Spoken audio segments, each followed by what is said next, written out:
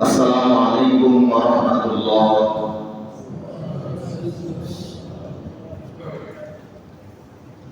কেমন আছেন সবাই? ইন্নাল হামদালিল্লাহ ওয়া ক্বালা তাআলা ফি কালামিহিল মাজিদ ওয়া ফুরকানিহিল হামিদ। আউযু বিল্লাহি মিনাশ শাইতানির রাজীম। বিসমিল্লাহির রাহমানির রাহিম।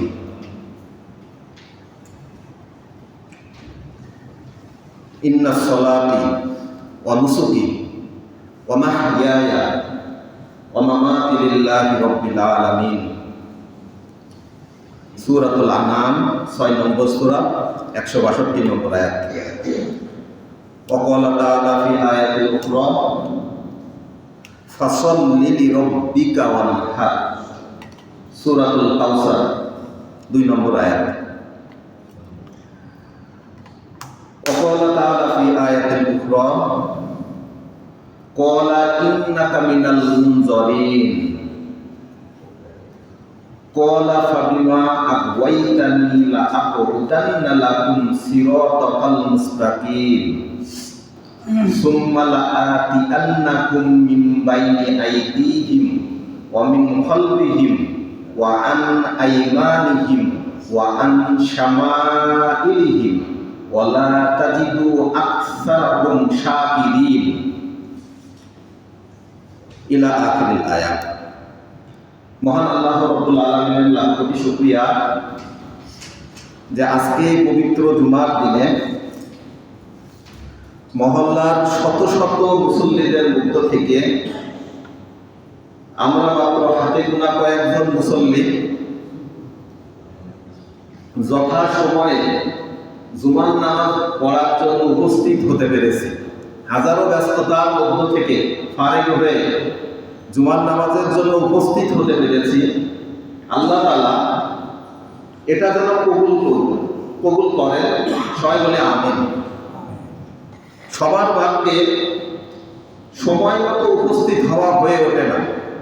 আমাদের অনেক মুসল্লি আছে যারা শুধুমাত্র হুজুর কখন একামত দেয় সেইটা ধরবে এমন নিয়েতে আসে, অথবা বাংলা শুনবো না, আরবি যখন চলে সুন্নতের পড়ার সময় তখন আসে।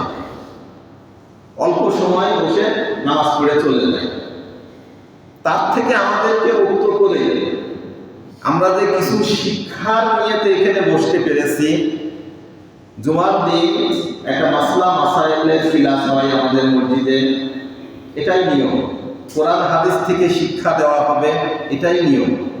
এক সপ্তাহ আপনি কিভাবে চলবেন তার চার্জ দিয়ে দেওয়া হবে এই জুমার খুতবা এখান থেকে, তাই তো? আমাদের অনেকেই হয় কি, হুজুররা যা বলে সেটা ভালো লাগে না, অথবা ভালোভাবে উপস্থাপন করতে সক্ষম নয় আমরা। অনেকেই ঘুমাই আসে না, ঘুমাই। কথা যদি ভালো না লাগে তাহলে তো ঘুম আসবেই। সেই সমস্ত থেকে ফারেক হয়ে আমরা যেন সুন্দরভাবে কথাগুলো উপস্থাপন করতে পারি সেই দোয়া করবেন আমার জন্য। এবং যেই কথাগুলো বলবো সেই কথাগুলো বললেওয়ালা, অর্থাৎ আমি নিজে এবং আপনারা শুনবেন, আপনারাও যেন আমল করতে পারেন, আমি নিজেও যেন আমল করতে পারি। দোয়া করবেন সবাই আল্লাহর জন্য, কাছে ওনার দোয়া করবেন, আমিন বলবেন। আমাদের খতিব সাহেব খুবই অসুস্থ, ওনার হাঁটুর নিচে বড় একটা পোড়া হয়েছে। উনি দাঁড়িয়ে নামাজ পড়তে পারছে না, হাঁটাচলাও করতে পারছে না। তাই আমাকে গতকাল ফোন দিয়েছিলেন, সেই জন্য আমি এখানে আজকে উপস্থিত হয়েছি। তারপরেও সকাল থেকে খুবই ব্যস্ততার মধ্যে যতটুকু আমি প্রস্তুত হতে পেরেছি, দোয়া করবেন আমি যেন ততটুকু আপনাদের সামনে পয়েন্ট আকারে সুন্দরভাবে তুলে ধরতে পারি, আমার জন্য দোয়া করবেন। যাক, আমি মূল আলোচনার দিকে যাচ্ছি। আমি প্রথমে যে দুইটি আয়াত পড়েছি, ইন্নাস সালাতি ওয়া নুসুকি ওয়া মাহইয়ায়া ওয়া মামাতি লিল্লাহি রাব্বিল আলামিন, কুরবানি সংক্রান্ত, তাই তো? এখানে আছে তোমার নামাজ, তোমার কুরবানি। এই কুরবানি সংক্রান্ত যে আয়াতগুলো পবিত্র কোরআনে আসছে, কোরবানি চলে গেছে, তারপরেও আমি এই বিষয়টা আপনাদের সামনে উপস্থাপন করার চেষ্টা করছি আমি এখানে দেখাতে চেষ্টা করব মহান আল্লাহ তাআলা কুরবানি বলতে কি শুধু পশু জবাই করাই কি বুঝিয়েছে, নাকি আরো এর ভিতরে কিছু আছে। এর আগে একদিন পড়িয়েছিলাম, নামাজের অর্থ বলছিলাম, নামাজ সমাজে প্রতিষ্ঠা করতে গেলে আমাকে কি কি কাজ করতে হবে। তাহলে এই কুরবানির মধ্যে অন্য কিছু আছে কিনা সেটা আজকে আমরা খুঁজে দেখার চেষ্টা করব। আল্লাহ তাআলা পবিত্র কোরআনে 2টা আয়াতে বলেছেন কুরবানি করার কথা, ইন্নাস সালাতি ওয়া নুসুকি, কুরবানি করো, এবং সূরাতুল কাউসারের 2 নম্বরে আয়াতে বলেছেন ফাসাল্লি লিরাব্বিকা ওয়ানহার, আল্লাহর জন্য কুরবানি করতে বলেছেন। কিন্তু এই 2টা আয়াতের একটারও উদ্দেশ্য পশু জবাই করা না, বুঝতে পারছেন? একটারও পশু জবাই করা উদ্দেশ্য না, অন্য কিছু উদ্দেশ্য। তাহলে সেই উদ্দেশ্যটা আমাদের জানা দরকার না, তাই তো? আমরা শুধু ওই উপরে অর্থ বুঝে কাজ করলে আসলে কতটুকু কি হবে, আমার কুরবানিটা কোন দিক যাচ্ছে, কি হচ্ছে। এই যে আমি এখানে আজকে কথা বলার জন্য যে সময়টুকু দিয়ে আপনাদের সামনে বসছি, এটাও আমার একটা কুরবানি। আপনারা গোসল করেছেন, সুন্দর কাপড় চোপড় পরে অন্যান্য সমাজের পারিবারিক সকল কাজকাম থেকে বিরত হয়ে মসজিদে এসে বসেছেন, এটাও একটা কুরবানি, ঠিক না? আপনার সকল কিছু কুরবানি হতে হবে। তবে আরো কিছু আয়াত আমি পড়েছি সূরা আরাফের 14 নম্বর আয়াত থেকে 18 নম্বর আয়াত পর্যন্ত। এইখানে আমি দেখব কুরবানি কত প্রকার, কি কি মহান আল্লাহ তাআলা কিভাবে বলেছেন, এই বিষয়গুলো আমি পয়েন্ট আকারে অল্প সময়ের মধ্যে তুলে ধরার জন্য চেষ্টা করব ইনশাআল্লাহ। কুরবানি সংক্রান্ত যে 2টি আয়াত পড়লাম এটা আমি পরে আসছি। আপাতত সূরা আরাফের 14 নম্বর আয়াতে মহান আল্লাহ তাআলা কি বলেছেন, শয়তানের সাথে আল্লাহ তাআলার কথোপকথন হচ্ছে। আল্লাহ তাআলার বাকবিতণ্ডা যখন মানুষকে সৃষ্টি করলো, এর আগে অনেক ইতিহাস আছে, আয়াতগুলো সব আছে সূরা আরাফের 8, 9, 10 থেকে শুরু করে দেখবেন ইতিহাস দেওয়া আছে। মানুষ সৃষ্টি করলো, আদমকে সিজদা করতে বললো। অত গুরুত্বপূর্ণ, অত দূরে আমি যেতে পারবো না, গেলে সময়টা কভার করতে পারবো না, বলছি আয়াতগুলো আপনারা পরে দেখে নেবেন। তা আমি 14 নম্বর আয়াত যেটা বলেছি, সেখানে আল্লাহ তাআলা বলেছেন ক্বালা আনজিরনি ইলা ইয়াউমি ইউবআসুন। আল্লাহ তাআলার কাছে শয়তান দাবি করছে যে আপনি যেহেতু আমাকে পথভ্রষ্ট করেছেন, আমি পথভ্রষ্ট হয়ে গিয়েছি, তাহলে আমাকে হায়াত দান করেন কোন পর্যন্ত? মানুষ জাতিকে যতক্ষণ পর্যন্ত না আপনি পুনর্জীবিত করবেন, মানুষ জাতিকে যতক্ষণ পর্যন্ত না আপনি পুনর্জীবিত করবেন ততদিন পর্যন্ত আমার হায়াত দেন, আমাকে অবকাশ দেন। ঠিক আছে? কি দাবি করলো আল্লাহ? শয়তান আল্লাহর কাছে কি দাবি করলো? একটু কথা বলতে হবে, এটা ক্লাস মনে করবেন। কি দাবি করলো? যে আমি যেহেতু শয়তান হয়ে গিয়েছি, আমি যেহেতু অভিশপ্ত হয়ে গিয়েছি, কাজেই আমাকে এত পরিমাণ হায়াত দেন যে কিয়ামত পর্যন্ত, মানুষ জাতিকে প্রথম কবর থেকে যতদিন পর্যন্ত আপনি উত্তোলন করবেন না ততদিন পর্যন্ত আমার হায়াত দেন। বুঝা গেল? অর্থাৎ কিয়ামত পর্যন্ত। আল্লাহ তাআলা তার পরের আয়াতেই বলল ক্বালা ইন্নাকা মিনাল মুনজারিন, তোমার আবেদন কবুল করলাম, তোমাকে হায়াত দান করলাম কোন পর্যন্ত? কিয়ামত পর্যন্ত। তাহলে শয়তান কিয়ামত পর্যন্ত জীবিত থাকবে। বুঝা গেল? পবিত্র কোরআনের আয়াত, আল্লাহ তাআলা তাকে একেবারে ডাইরেক্ট দিয়ে দিয়েছেন। এরপরে শয়তান যেটা বলছে সূরাতুল আরাফের 16 নম্বর আয়াতে ক্বালা ফাবিমা আগওয়াইতানি লাআকুদান্না লাকুম সিরাতাল মুস্তাকিম, আপনি যেহেতু আমাকে এই সুযোগটা দিলেন, হায়াতটা দিলেন, আর আপনার এই মানুষ জাতি জন্য তাকে সিজদা না করার কারণে, তাকে সম্মান না করার কারণে আমি যেহেতু অভিশপ্ত হয়ে গেলাম, তাহলে এই মানুষ জাতির মধ্যে যারা সিরাতাল মুস্তাকিমের দিকে ধাবিত হবে, সিরাতাল মুস্তাকিম মানে কি? সত্যবাদীদের পথ, ন্যায় নিষ্ঠাবানের পথ, নবী রাসূলগণের পথ, সঠিক পথে যারা ধাবিত হবে তাদের পথের সামনে আমি বসে থাকব। কি করে থাকবো? বসে থাকবো। কি করে? বসে, দাঁড়িয়ে না, দাঁড়িয়ে থাকলে তো একজনকে ঢেক্কা করে সরানো যায়, একটা বসা লোককে ঢেক্কা করে সরানো যায়। আপনি যখনই ভালো কাজ করতে যাবেন তখনই শয়তান আপনার সামনে এমনভাবে হাঁটু গেড়ে মজবুতভাবে বসে থাকবে, আপনার ইমানি জোর যদি না থাকে, আপনার এলেমের জোর যদি না থাকে, আল্লাহর রহমত যদি না থাকে, ওই শয়তানকে আপনি কখনোই ঠেলে সরাতে পারবেন না। এটা শয়তান আল্লাহ তাআলার কাছে ওয়াদা করে।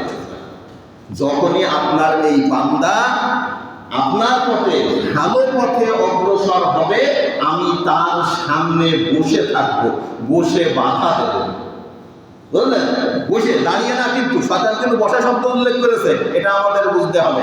আচ্ছা, এর পরের আয়াতে শয়তান আবার বলছে, সুম্মা লাআতিয়ান্নাকুম মিন বাইনি আইদিহিম ওয়া মিন খালফিহিম ওয়া আন আইমানিহিম ওয়া আন শামাইলিহিম ওয়ালা তাজিদু আকসারহুম শাকিরিন। অতঃপর বসে তো থাকবই, অতঃপর আমি তার সামনে দিয়ে তাকে ধোঁকা দেব, কুমন্ত্রণা দেব, খারাপ পন্থা দেব, তার পেছন দিক দিয়ে তাকে ধোঁকা দেব, তাকে বাধা দেব, সে যেন ভালো কাজ করতে না পারে, সে যেন ভালো পথে অগ্রসর হতে না পারে। কোন দিক দিয়ে দেবে? প্রথমে বললো সামনে বসে থাকবো, তারপরে বললো সামনে দিক দিয়ে বাধা দেব, পেছন দিক থেকে বাধা দেব, ডান দিক থেকে বাধা দেব, বাম দিক দিয়ে বাধা দেব, অর্থাৎ চতুর্দিক দিয়ে আমি তাকে এমনভাবে ধোঁকায় ফেলবো, এমনভাবে সমস্যায় ফেলবো, এমনভাবে সমস্যা জর্জরিত করব, সে কিছুতেই ভালো পথে অগ্রসর হতে পারবে না, তাকে দিব না ভালো পথে অগ্রসর হতে। বোঝা গেল? আমরা কইলে যে একটা ছেলে যদি মাদ্রাসায় পড়ে তাহলে ও বেশি শয়তানি করছে, কারণ ও তো ভালো পথে আছে, ওর পিছনে তো শয়তান লাগবেই। ওই তো কোরআনের কথা, সূরাতুল আরাফের 14, 15, 16, 17, 18 এই আয়াতগুলো দেখবেন। কেন আপনি ভালো কাজ করতে গেলে চতুর্দিক দিয়ে আপনার জন্য বাধা আসবে? আপনি যখন একটা ভালো কাজ করতে পারবেন, আপনার স্ত্রী রূপে শয়তান বাধা দেবে, আপনার স্ত্রী আপনার সামনে এমন একটা বিষয় নিয়ে দাঁড়ান করাই দেবে, আপনি ভালো কাজে অংশগ্রহণ করতে পারবেন না, তাই তো? আপনার সন্তান আপনার সামনে এমন একটা বিষয় উত্থাপন করবে, এমন একটা সমস্যা নিয়ে চলে আসবে, আপনি ভালো কাজে অংশগ্রহণ করলেও মন খুলে করতে পারবেন না। আপনার পিতামাতার হক আপনার সামনে এমন ভাবে শয়তান তুলে ধরবে, আপনি ভালো চাইলেও হয়তো করতে পারবেন না, একদিকে করতে গেলে আরেকদিকে ধরা খেয়ে যাবেন। আপনার পরিবারের লোক, আপনার আত্মীয় স্বজন, আপনার চাচা চাচি, এলাকার চাচামাত নেতা যা হোক, সবার পক্ষ থেকে আপনি বাধাগ্রস্ত হবেন যখন আপনি ভালো পথে অগ্রসর হবেন। বুঝা গেল? কেন? এই যে আমাদের সামনে ধোঁকা, আপনি একটা ভালো কাজ করতে যাচ্ছেন, সেটা শুধুমাত্র শয়তান আপনার সামনে এসে ধোঁকা দেবে তা না, বিভিন্ন রূপে ধোঁকা দিবে। এই শয়তান আল্লাহর সাথে ওয়াদা করে আসছে, সে আপনার প্রতিটি শিরায় শিরায়, প্রত্যেকটা রন্ধে রন্ধে, প্রত্যেকটা পশম কুলের গোড়া পর্যন্ত সে পৌঁছিয়েছে আপনাকে ধোঁকা দিতে সক্ষম। কতক্ষণ বাঁচবেন? আপনার আমার এলেমের দৌড় কত দূর? যেই এলেম নিয়ে আমি শয়তানের বিরোধিতা করব, সম্ভব? সম্ভব হতে হবে, তা না হলে পশ্চিম কালেও আল্লাহর জান্নাতে যাওয়া সম্ভব হবে না। কাজেই এখান থেকে আমি যে কথাটা বলতে চাচ্ছিলাম, আল্লাহ তাআলা পবিত্র কোরআনে কুরবানির কথা বলেছেন, আল্লাহর রাস্তায় সময় দান করার কথা বলেছেন।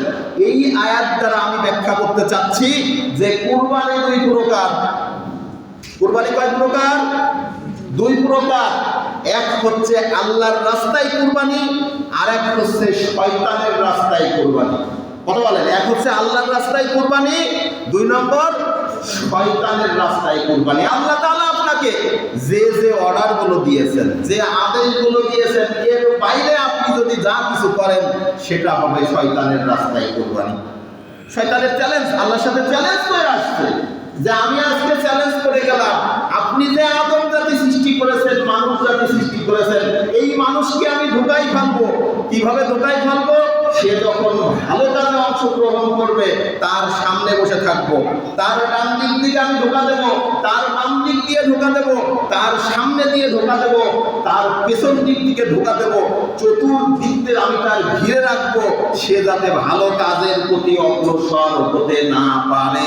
তার স্ত্রী তাকে বাধা দেবে, তার পরিবার তাকে বাধা দেবে, তার সন্তানাদি তাকে বাধা দেবে, তার এলাকার লোকজন বাধা দেবে, সবাই মিলে তাকে সহযোগিতার হাত বাড়াবে না, অধিকাংশ লোক দূরে থাকবে।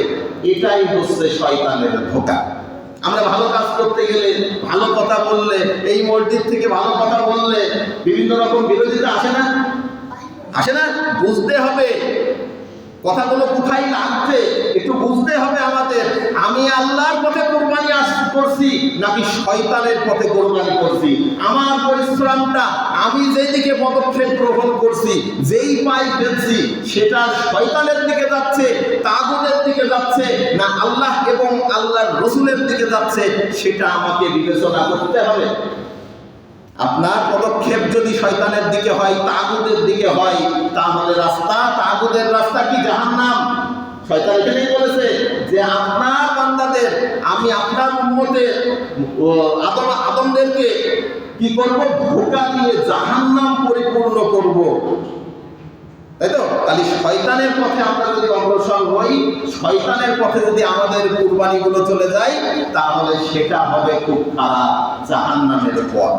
আল্লাহ তাআলা তারপরে আয়াতে বলেছেন যে যা শয়তান, তুই যা করিস কর, তোর পথে, এই 18 নম্বর আয়াতে, এই 18 নম্বর আয়াতে তোর পথে যে অগ্রসর হবে, আমার বান্দাদের মধ্যে, আল্লাহর বান্দাদের মধ্যে যারা শয়তানের পদাঙ্ক অনুসরণ করবে, তাদের দিয়ে আমি জাহান্নাম পূর্ণ করব। আল্লাহ তাআলা ওয়াদা করেছেন তাদের দিয়ে জাহান্নাম পূর্ণ করবেন। এখন আমাদের কর্মকাণ্ডগুলো কতটুকু ভালো পথে হচ্ছে, কতটুকু সঠিক পথে হচ্ছে, কতটুকু আল্লাহর পথে হচ্ছে, কতটুকু নবী রাসূলদের দেখানো পথে হচ্ছে, এটা যদি বিবেচনা না করি, তাহলে কিভাবে আমরা জান্নাতের আশা করতে পারি সেটা আমাদের বিবেচনা করতে হবে, তাই না? এখন কথা হচ্ছে, শয়তান আপনাকে ধোঁকা দিবে নেক্সট সূরাতে ধোঁকা দিতে পারে না শয়তান? আপনি নামাজ পড়তে আসছেন, আপনাকে নেক্সট সূরাতে ধোঁকা দিবে। ইমাম সাহেবের যদি 10 সেকেন্ড দেরি হয়, আপনাকে একটু খুঁচা মেরে দিল, দেখ হুজুর একটু দেরি করছে, গীবত শুরু হয়ে গেল। মুমিনের সবচাইতে গুরুত্বপূর্ণ আমল কি জানেন? শয়তান যেটা করে, একটুখানি খুঁচা মেরে দেয়, খুঁচা মেরে দিয়ে নিজেদের মধ্যে গীবত শুরু হয়ে গেল, যে হুজুর এরকমই সবসময় দেরি করে, ঠিক মতো আসে না, অমুক তমুক পায় না, শুরু হয়ে গেল। মসজিদের ভিতরে বসে আমরা গীবত করা শুরু করে দিয়েছি। এটাই হচ্ছে শয়তানের চাল, এটাই হচ্ছে শয়তানের ধোঁকা। ঠিক আছে? এই যে আমরা কয়েকদিন ধরে শুনছি না যে ওই যে একটা মহিলা মারা গেছে, সচিবের মা, বুয়েটের শিক্ষকের মা মারা গেছে, 7 দিন পর্যন্ত লাশ পড়ছে, কেউ কোনো খোঁজ নেয়নি। 3টা সন্তান কি? একটা বুয়েটের শিক্ষক, একটা সচিব, আর একটা উচ্চশিক্ষিত দেশের বাইরে থাকে, আর একটা মেয়ে আছে, সেই মেয়ে কোন স্কুলের টিচার। 7 দিন পর্যন্ত খোঁজ হয়নি। ওই ছেলে পেলেদের চাকরি নাকি সরকার বাতিল করে দিচ্ছে। কেন? আমার প্রশ্ন আসতে পারে, আপনাদের প্রশ্ন আসতে পারে না? আপনার একটা সন্তান, বুকে হাত দিয়ে বলেন দেখি, আপনি যদি শিক্ষিত হয়ে থাকেন, আপনি নিজে কখনো ইচ্ছা করে আপনার পিতামাতাকে কষ্ট দিতে পারেন? দিবেন? তাহলে আমি মনে করি এখান থেকে আমি প্রচার করতে চাচ্ছি, ওই লোকদের, ওই সন্তানদের স্ত্রীদের গ্রেফতার করা হোক। স্ত্রীদের গ্রেফতার করে যদি সেখানে যদি কি করা হয়, রিমান্ডে নেওয়া হয়, তাদের কাছে শোনা হয় কেন তারা তার মা বাপকে এমন অবহেলায় রেখেছে, তখন বেরোবে সঠিক কথা। কি বলেন আপনারা? ঠিক না? কোন শিক্ষিত সন্তান কখনোই চাইবে না যে ওই আমার পিতামাতা খারাপ অবস্থায় থাকুক। যেই ফ্ল্যাটে থাকতো ওইটা তার মেয়ের ফ্ল্যাট ছিল। যদি ছেলেদের ফ্ল্যাট হতো বা ওই সন্তানটা তার ছেলে হতো, আমার মনে হয় ওই মা ওই ফ্ল্যাটটা তো পেতেন না। ঠিক না? ওই মা ওই ফ্ল্যাটও পেতেন না, কলে ভিক্ষে করে মরতেন, তার কোনো ঠিক নাই। এই কারণে বউদেরও ধরা দরকার। কাজেই মহিলারা যে ধোঁকা দিবে, এখানে আল্লাহ তাআলা যেটা বলেছেন, শয়তান কিভাবে ধোঁকা দেবে মানুষকে, বিভিন্ন রূপে ধোঁকা দিবে, আপনার স্ত্রী রূপেও ধোঁকা দিবে। ওই যে যেটা হয়েছে এটা স্ত্রীদেরও ধোঁকা আছে, এখানে তারাও জড়িত আছে তার মার এই অবস্থা হওয়ার জন্য। আমাদের পরিবারে বলেন, আপনাদের পরিবারে বলেন, যেখানে আছেন সেখানে বাংলাদেশে এমন কোনো পরিবার নাই, অধিকার দু একটা থাকতে পারে, যে বউ শাশুড়িদের সাথে মিল হয় না, শাশুড়ি বউদের সাথে মিল হয় না। কেন? এটা কি কোনো সন্তানের কারণে? এই বিষয়টা সরকারের দেখা দরকার। তো যাই হোক, আমি বলছিলাম কোরবানি দুই প্রকার, একটা হচ্ছে আল্লাহর পথে কুরবানি, একটা হচ্ছে শয়তানের পথে কুরবানি। এখন আপনার কুরবানিটা কোন পথে যাচ্ছে? আপনি পদক্ষেপটা, ইবাদত শব্দের অর্থ এর আগেও বলেছি পদাঙ্ক অনুসরণ করা, অর্থাৎ আমরা কার ইবাদত করি? আল্লাহর ইবাদত করি। কার তরিকা অনুযায়ী করি? রাসূলের তরিকা অনুযায়ী করি। আল্লাহ তাআলা আপনাকে অর্ডার দিয়েছেন নামাজ পড়ো, কখনোই দেখিয়ে দেননি কিভাবে নামাজ পড়তে হয়, রুকু করতে হয় কিভাবে, সিজদা করতে হয় কিভাবে। কে দেখিয়েছেন? তিনি মেসেঞ্জার পাঠিয়েছেন, নবী রাসূল পাঠিয়েছেন, তারা এসে দেখিয়ে দিয়েছেন এইভাবে নামাজ পড়ো, এইভাবে রুকু করো, এইভাবে সিজদা করো। কাজেই তারা যে পথগুলো দেখিয়ে দিয়েছেন তার বাইরে আমাদের যাওয়ার কোনো এখতিয়ার নাই। যদি আমরা যাই তাহলে সেটাই হবে শয়তানের পথে কুরবানি। আপনার পরিশ্রমটা যেটা আপনি আল্লাহ রাসূল এবং আল্লাহর রাসূলের পথে করবেন, ফারাদ্দু ইলাল্লাহি ওয়া রাসূলিহি, আল্লাহ এবং আল্লাহর রাসূলের পথে যখনই কোনো ঝামেলা বাঁধবে, ফিরে যদি না আসেন তাহলে সেটা হবে তাগুদের পথে আপনার কুরবানি। আর এই কুরবানি করে এই সময়টা অতিবাহিত করে শয়তানের পথে অগ্রসর হয়ে আমরা যদি মনে করি আমরা জান্নাতে যাব, অত সহজ না, তাই না? কাজে আমি যেটা বলতে চাচ্ছিলাম, আজকে উপস্থাপন করার চেষ্টা করছি, কুরবানি চলে গেছে, কিন্তু আল্লাহ তাআলা পবিত্র কোরআনে আবার বলছি, দুইটি আয়াতে কুরবানির কথা বলেছেন। কয়টি আয়াতে? দুইটি আয়াতে। ইন্নাস সালাতি, আমার নামাজ, ইন্নাস সালাতি ওয়া নুসুকি, আমার কুরবানি। কুরবানি বলতে কি? নামাজ এবং কুরবানি। এখানে কুরবানি বলতে উদ্দেশ্য হচ্ছে আমার যাবতীয় কার্যক্রম, আমার শিক্ষা ব্যবস্থা, আমার অর্থনীতি ব্যবস্থা, আমার ব্যবসা, আমার চাকরি বাকরি, আমার গাড়ি বাড়ি, আমার চলাফেরা, আমার পরিবার, আমার সমাজ, আমার রাষ্ট্র, আমার দেশ, সকল কিছু এর মধ্যে নিহিত রয়েছে। কুরবানির মধ্যে পশু জবাই করা উদ্দেশ্য না, পশু জবাই করা উদ্দেশ্য না। হ্যাঁ, পশু জবাই করার কুরবানি আছে, অনেক ইতিহাস আছে কোরআন শরীফের মধ্যে, কিন্তু আল্লাহ তাআলা যেখানে কুরবানি করতে বলেছেন সেখানে পশু জবাই করার উদ্দেশ্য না। আপনার সময়টাকে, আপনার জীবন ব্যবস্থাটাকে, আপনার নিয়ম নীতিটাকে, আপনার অর্থনীতিকে, সকল কিছুকে আল্লাহর পথে পরিচালনা করা, এটাই হচ্ছে আল্লাহর পথে কুরবানি। এটা কি? আল্লাহর পথে কুরবানি। আর এটা ভিন্ন, আপনি মসজিদে 2 রাকাত নামাজ পড়ে গেলেন, বাকি সময় আপনি তাগুতের পিছনে ছুটলেন, আল্লাহ ব্যতীত অন্য কোনো বিধান প্রতিষ্ঠা করার কাজ করলেন, এটা শয়তানের পথে কুরবানি। কার পথে কুরবানি? শয়তানের পথে কুরবানি। কাজেই আমাদের বিবেচনা করে বাদ দিতে হবে। আল্লাহ তাআলা যেখানে শয়তানের সাথে ওয়াদা করেছেন, সূরাতুল আরাফের 17 নম্বর আয়াত দেখে নেবেন বাড়িতে, যেখানে বলেছেন তুই যেগুলোকে ধোঁকায় ফেলবি, শয়তানের ধোঁকা পেয়ে যে সমস্ত আদম জাতি তার পিছনে ছুটবে, তাদের দিয়ে আমি জাহান্নাম পরিপূর্ণ করব। আল্লাহ তাআলা ওয়াদা করেছে শয়তানের সাথে। কাজেই আপনার কুরবানিটা, আপনার সময়টা, কুরবানি বলতে এখানে আমি জবাই করার উদ্দেশ্য বুঝাচ্ছি না, আল্লাহ তাআলাও বুঝায়নি, আমি বুঝাচ্ছি না। কুরবানি করা বলতে কি? আল্লাহর রাস্তায় আপনার সময়টা।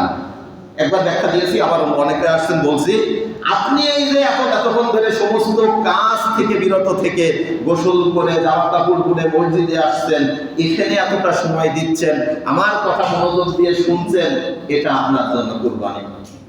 ঠিক আছে? এটা আপনার জন্য কুরবানি।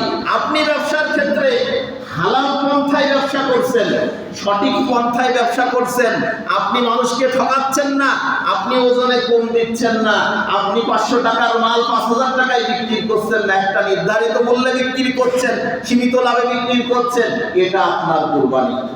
আপনি কাউকে ঠকাতে পারতেন কিন্তু ঠকাচ্ছেন না, এটা আপনার জন্য কুরবানি। আপনার সততা, আপনার সহমর্মিতা, আপনার ভালো আচরণ, সকল কিছু, আপনার ওঠা বসা, সকল কিছু আপনার কুরবানি। এটা হচ্ছে আপনার কুরবানি। কিন্তু এই কুরবানিটা হতে হবে কি? আল্লাহর রাস্তায়। তাহলে আপনি মুক্তি পাবেন, তাহলে আমরা মুক্তি পাবো। আমাদের কুরবানিগুলা আমরা যেন সঠিকভাবে মহান আল্লাহ তাআলার সামনে উপস্থাপন করতে পারি, সেই তৌফিক দান করবেন। পক্ষান্তরে আমরা যদি বলতে চাই যে আমি এই যে এখানে বসে কথা বলছি, এটা কি আমার কুরবানি হচ্ছে কিনা? হ্যাঁ, এটা আমার কুরবানি হচ্ছে।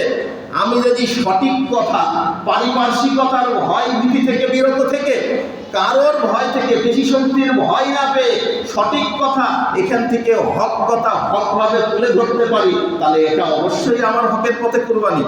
আর আপনারা যদি ধৈর্য ধরে শোনেন এবং এরপরে আমল করতে পারেন সঠিকটার পরে, তাহলে অবশ্যই এটা আপনার কুরবানি। ভুল কিছু বলে থাকলে অবশ্যই ধরবেন, বলবেন যে এটা ভুল বলেছো, এটাও আপনার কুরবানি, এটাও আপনার কুরবানি। ঠিক আছে? মহান আল্লাহ তাআলা আবার বলছি, মহান আল্লাহ তাআলা দুইটি আয়াতে কুরবানি করার নির্দেশ দিয়েছেন, একটা আয়াতেও জবাই করার নির্দেশ নেই। জবাই করার উদ্দেশ্য না, উদ্দেশ্য আপনার সময়টা কুরবানি দেওয়া। আপনার সময়টা আপনি ভালো পথে লাগান, আপনার সময়টা আপনার পরিবারের সাথে আপনার সুন্দরভাবে লাগান, ইসলামী পন্থায় লাগান। আপনার সমাজটাকে সুন্দর করার জন্য, আপনার সমাজটাকে শুদ্ধ করার জন্য কাজে লাগান।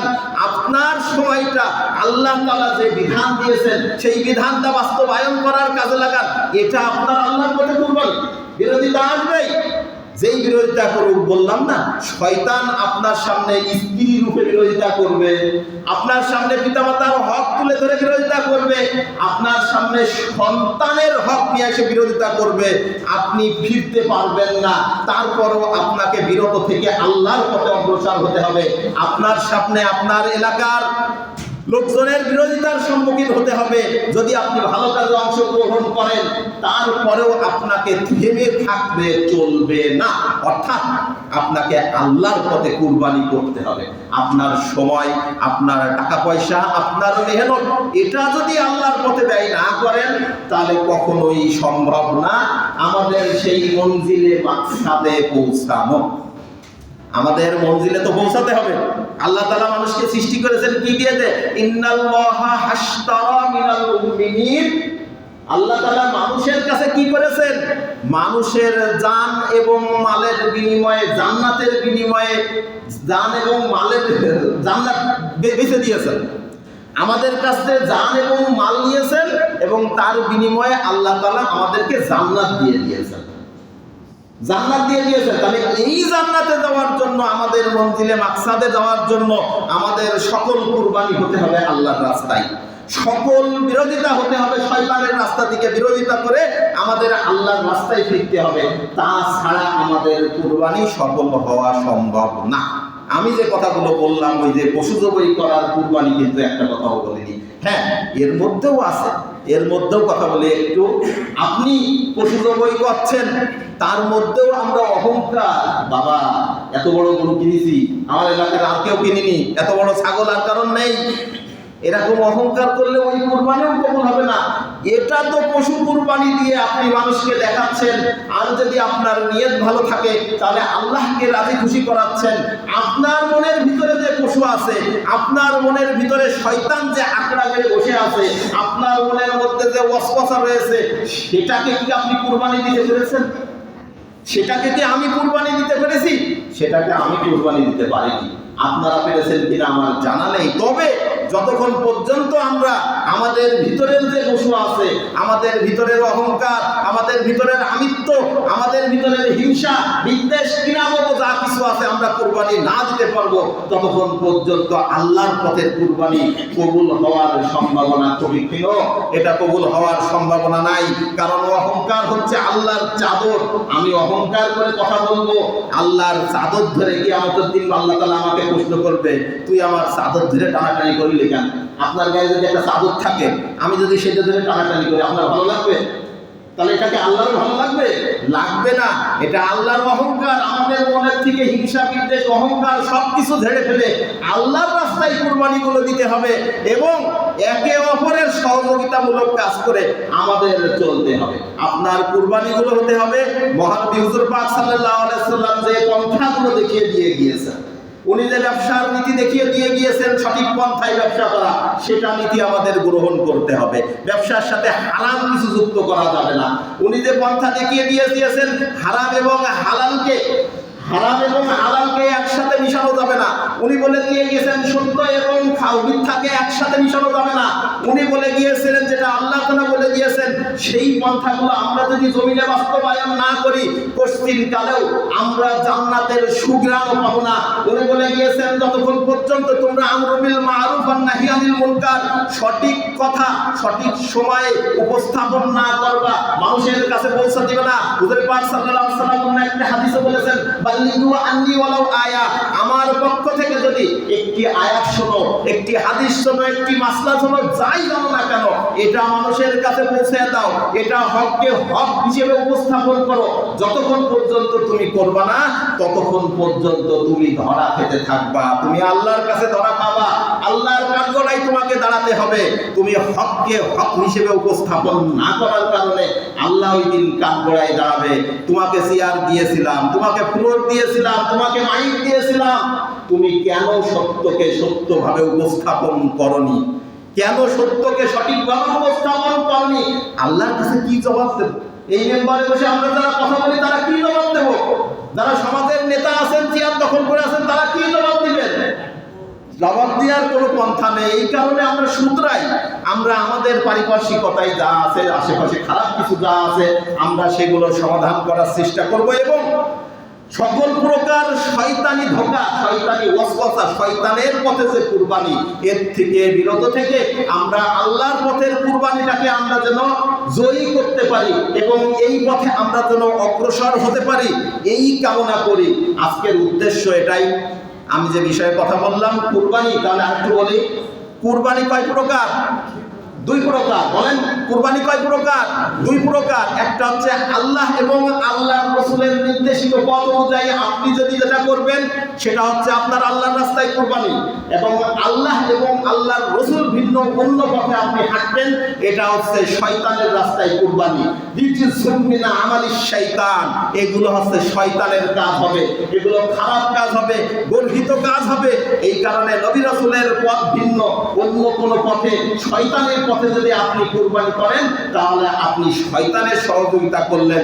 আর শয়তান আল্লাহ তাআলার কাছে ওয়াদা করে এসেছে যে আমি আমার কর্মকাণ্ড দিয়ে, আমার ওয়াসওয়াসা দিয়ে, আমার খারাপ কাজ দিয়ে, আমার সকল কর্মকাণ্ড দিয়ে আমি আদম জাতিকে জান্নাতে ভরে ফেলবো, জাহান্নামে ভরে ফেলবো, জাহান্নামে নিয়ে যাব। আল্লাহ তাআলা ওয়াদা করেছেন যদি তোমার ধোঁকায় পড়ে কেউ, তাহলে আমি তাদেরকে জাহান্নামে দেব। এবং তারপরে আল্লাহ তাআলা আরো বলেছেন, শয়তান কিন্তু একটা সাইড বাদ রেখেছেন, উপর দিয়ে ধোঁকা দিবে এমন কোনো কথা বলেনি। আল্লাহ তাআলা বললেন যে আমার ওই বান্দা যে তোমার ধোঁকায় পড়বে, ধোঁকায় পড়ার পরেও যদি আমার কাছে তওবা করে, সে যদি ফিরে আসে, তাহলে আমি উপর দিয়ে তার উপরে রহমত ঢেলে দেব এবং তাকে ফিরে আসার জন্য আমি তার পুরস্কার স্বরূপ জান্নাত দেব। সবাই বলে সুবহানাল্লাহ। আমাদের ফিরে আসা দরকার না? অবশ্যই ফিরে আসা দরকার। আর একটা বিষয় খেয়াল করবেন, ইসলামের প্রত্যেকটা কাজ এককভাবে করার কোনো বিধান নাই। ইসলামের প্রত্যেকটা কাজ সমাজবদ্ধভাবে, একতাবদ্ধভাবে করার নিয়ম আছে। আমরা চেষ্টা করব আমাদের সমাজ থেকে খারাপ কিছু দূর করার জন্য, আমরা চেষ্টা করব আমাদের পরিবার থেকে খারাপ সব কিছু দূর করার জন্য, একে অপরের সাথে মিলেমিশে সহযোগিতা, সহমর্মিতাপূর্ণ সমাজ গঠন করে আমরা যেন চলতে পারি, এই কামনা আমরা করি। কারোর সাথে কারোর দুশ্মনী নাই, আমরা একে অপরের সবার সাথে মিলেমিশে চলতে চাই। যদি কেউ সংশোধন হতে চায়, আমরা তাকে অবশ্যই সংশোধন দিব। আমার নিজের ভিতরেও খারাপ কিছু থাকতে পারে, আপনারা বলবেন যে তোমার এই হাঁটা চলা, তোমার এই কথাবার্তা এটা ভালো লাগছে না, এটা চেঞ্জ করো। আমি আলোচনা করব, বলবো, বা আরো উপরে যারা আছে তাদের কাছে শুনে আমি কথা বলার চেষ্টা করব, তাই তো? একে অপরের সাথে মিলেমিশে না চললে আমরা শয়তানের পথ থেকে বিরত হয়ে আল্লাহর পথে আসতে পারবো না। ঠিক আছে? এতটুকুই। আমরা যেন আল্লাহ তাআলা আমাদেরকে যেন তৌফিক দান করে, আমাদের কুরবানি এবং সকল কিছু যেন আল্লাহর রাস্তায় আমরা করতে পারি, সেই তৌফিক দান করুক। আমিন। হ্যাঁ, ওটা বলে দেবো, নামাজ শেষ করে সুন্নতের পরে পড়ব, সুন্নত পড়ে দেবো সবাই।